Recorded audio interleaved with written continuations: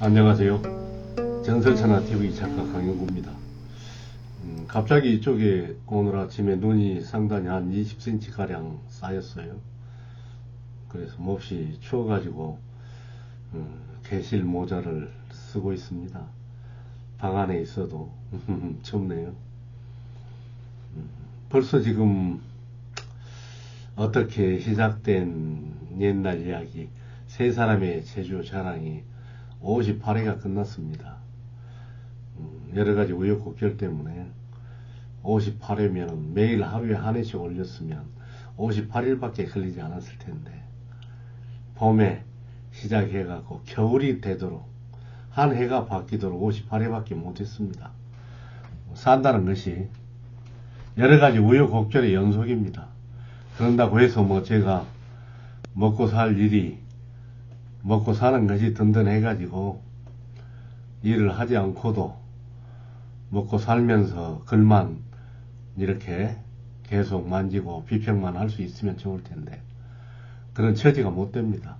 우여곡절이 많아요. 농사를 지어야지 생업이라는 것이 또 일을 해야 되고 고기도 만들어야 되고 그러다 해서 지금 불경기가 심해가지고 잘 되는 것도 아니고 인력이 또 많은 것도 아니고 여러가지 일들이 있어가지고 하루하루가 물론 이제 저처럼 사는 사람들이 많은 서민 대중들은 어쩔 수 없이 자기가 하고 싶은 일도 못하고 사는 것입니다. 그런데 이제 58회까지 오면서 또 이야기 자체가 풍수를 보는 직관 또 침술가 침을 잘 놓는 사람 또 관상을 잘 보는 사람 세 친구가 전화를 돌면서 자기 제주들을 자랑하는데 지금 막바지에 와 있습니다. 그래서 임시라는 가짜 직관 이야기까지 지금 전개가 되고 있습니다.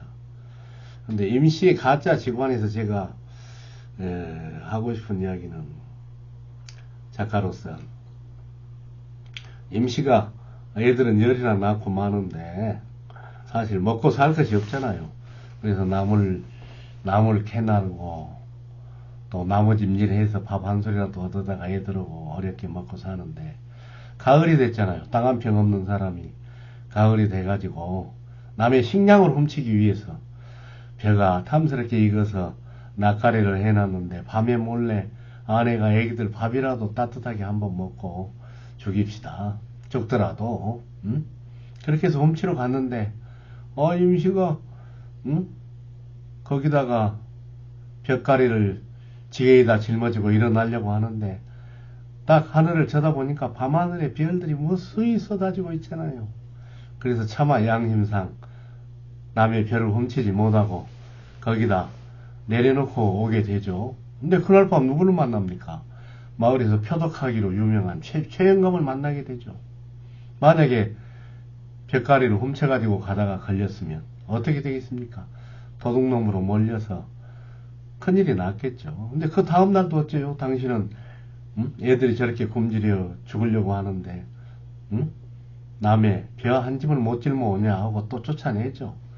그래서 별을 또 다시 훔치러 갔다가 그 하늘에 반짝이는 별들이 무수히 쏟아져서 차마 양심상 남의 벽가리를 훔쳐오지 못하고 하나의 그 어떤 깨달음 그 속에서 굶어 죽으나 이렇게 도둑질 해가지고 하루 더 사나 또 도둑으로 잡히면 또 죽을 건데 하고 마음에 깊은 어떤 열림이 있어서 임시는 남의 별을 거기다 놔두고 오게 되죠.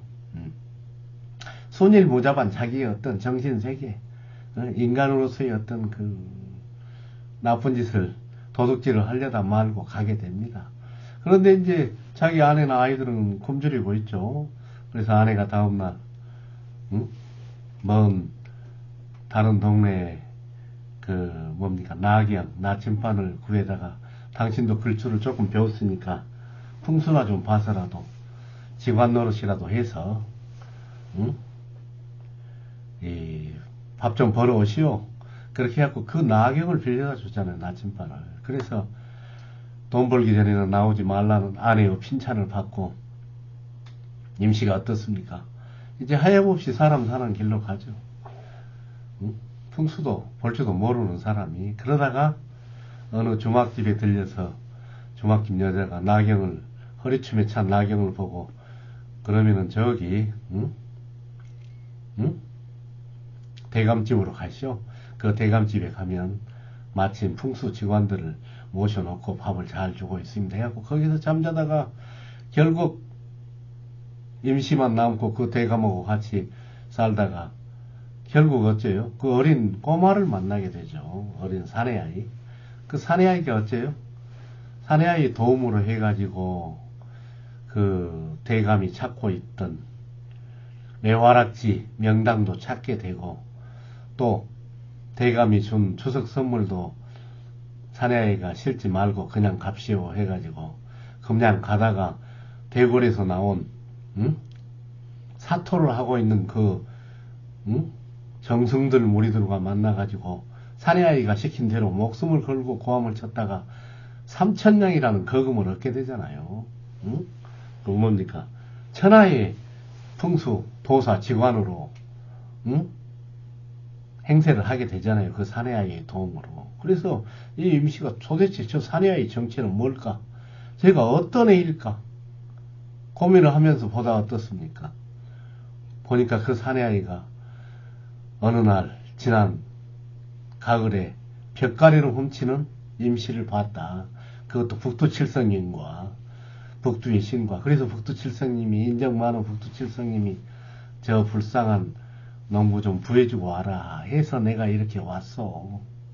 그 이야기를 하잖아요. 그래서 야 천우신조 옛날 고대 소설의 짜임새가 어째요? 하늘이 도와주잖아요. 하늘이 우연적 요소 속에서. 그래서 임시는 어째요? 그 사내아이의 도움으로 북두칠성님이 보낸 북두의 신 사내아이의 도움으로 3천냥이라는 거금을 나기에 싣고 집으로 돌아가는데 어떻습니까? 야 집으로 돌아가가지고 그 3천냥을 가지고 행복하게 살면 되는데 도무지 자기가 살아온 이제 과거의 삶들이 떠오르는 거예요. 가난하게 산다고 하여 배부른다고 하여 나만 위해 살았구나. 그 이웃의 가난한 사람도 생각하고 또 이 돈은 누구의 돈인가? 내 돈이 아니고 사내아이 북두의 신이 벌어준 돈이 아닌가? 이걸 내 것이라고 갖고 갈 수도 없구나 하고 그 최영감 응?